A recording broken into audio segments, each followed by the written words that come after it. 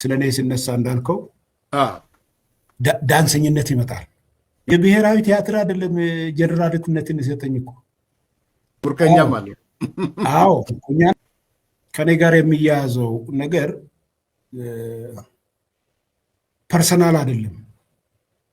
ይሄ ትርክቱ እኔ ከወጣሁት ህብረተሰብ ጋር የሚያያዝ ነው እንደ ህብረተሰብ። ምክንያቱም ምንድነው መሰለ ዴሞክራሲ ብለን ካልን ዴሞክራሲ ሁሉም በተሳትፎ ቦታውን ያገኛል።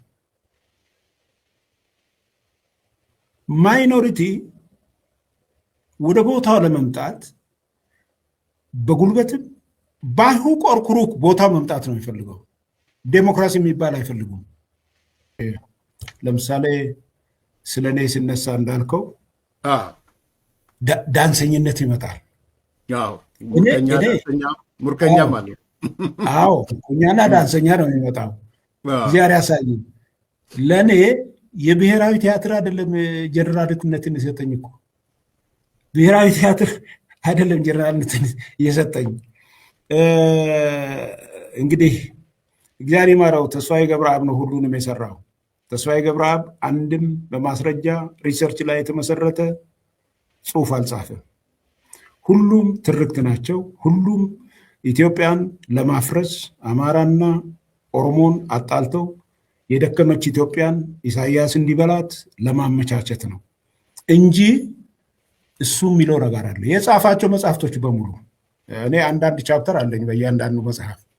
ለምን እኔ ላይ ብልህ ካልክ ኦሮሞ ልታዳክም በኦሮሞ ውስጥ ፊገር የሆኑ ሰዎች ላይ ማተኮር አለብህ። የሚገርም ነገር ተስፋዬ ይሄ በተባለ ቁጥር በህዝብ ውስጥ ያለ የተቀባይነት ደግሞ ከፍተኛ ነው። ይሄ ደግሞ ፐርሰናል አይደለም እኮ ከህብረተሰቡ ጋር የተያዘ ቅድም የማጆሪቲ እና የማይኖሪቲ ማይንድሰት ነው ይህንን የሚፈጥራ ያለው ማለት ነው። ሌላ ምርኮኛ ነው ለተባሉት የማረከው ሰው ይወጣ ብሎ ይናገር፣ እዚህ ቦታ ምናምን ብሎ እሱን ይናገር። ከዛ በተረፈ የኔ ባዮግራፊ ላይ ምርጥ የሆነ ነገር አቅርብልሃለሁ። 48 ዓመት ውትድርና አገልግያለሁ። የማላቃቸው ቦታዎች የሉም። ስለዚህ እኔ የተወለድኩበትን እግዚአብሔር አምላክ ፈጥሮኛል። እዚህ ቦታ ላይ እዛ በመፈጠሬ ልዩነት ልዩ ነው ብዬ አይደለም። ምክንያቱም በእግዚአብሔር ስራ መግባት ነው። እኔ በጉልበቴ አይደለም የተፈጠርኩት፣ እግዚአብሔር ነው የፈጠረኝ። ማንም ሰው እንደዛ ነው።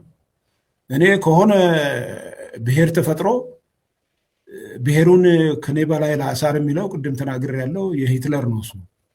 ለእኔ ሁሉም ሰው እኩል ነው። እንደ ሰው የተፈጠርኩበትን ደግሞ ኮራበታለሁ። እግዚአብሔር እዛ ስለፈጠረኝ ማለት ነው። ግንኙነቱ ከዛ በተረፈ ያልከኝ ነገር አንገት ማስቀበሪያ ናቸው በሙሉ። አሁን አንገት የሚቀብር የለም። የሞተ እና ያፈጀ ያረጀ እንትን ነው ምንድን ነው ስሙ ፕሮፓጋንዳ ነው። እኔ እንደውም ይሄ ምርኮኛና ዳንሰኛ የሚለውን ፖለቲካ ስላልሆነ ሊቀጥሉበት ጥሩ ነው። አይዲያ ካልተቃወመ እኮ ጥሩ ነው። አይዲያውን ሌላው የሚሰማ ሰው ይሰማል።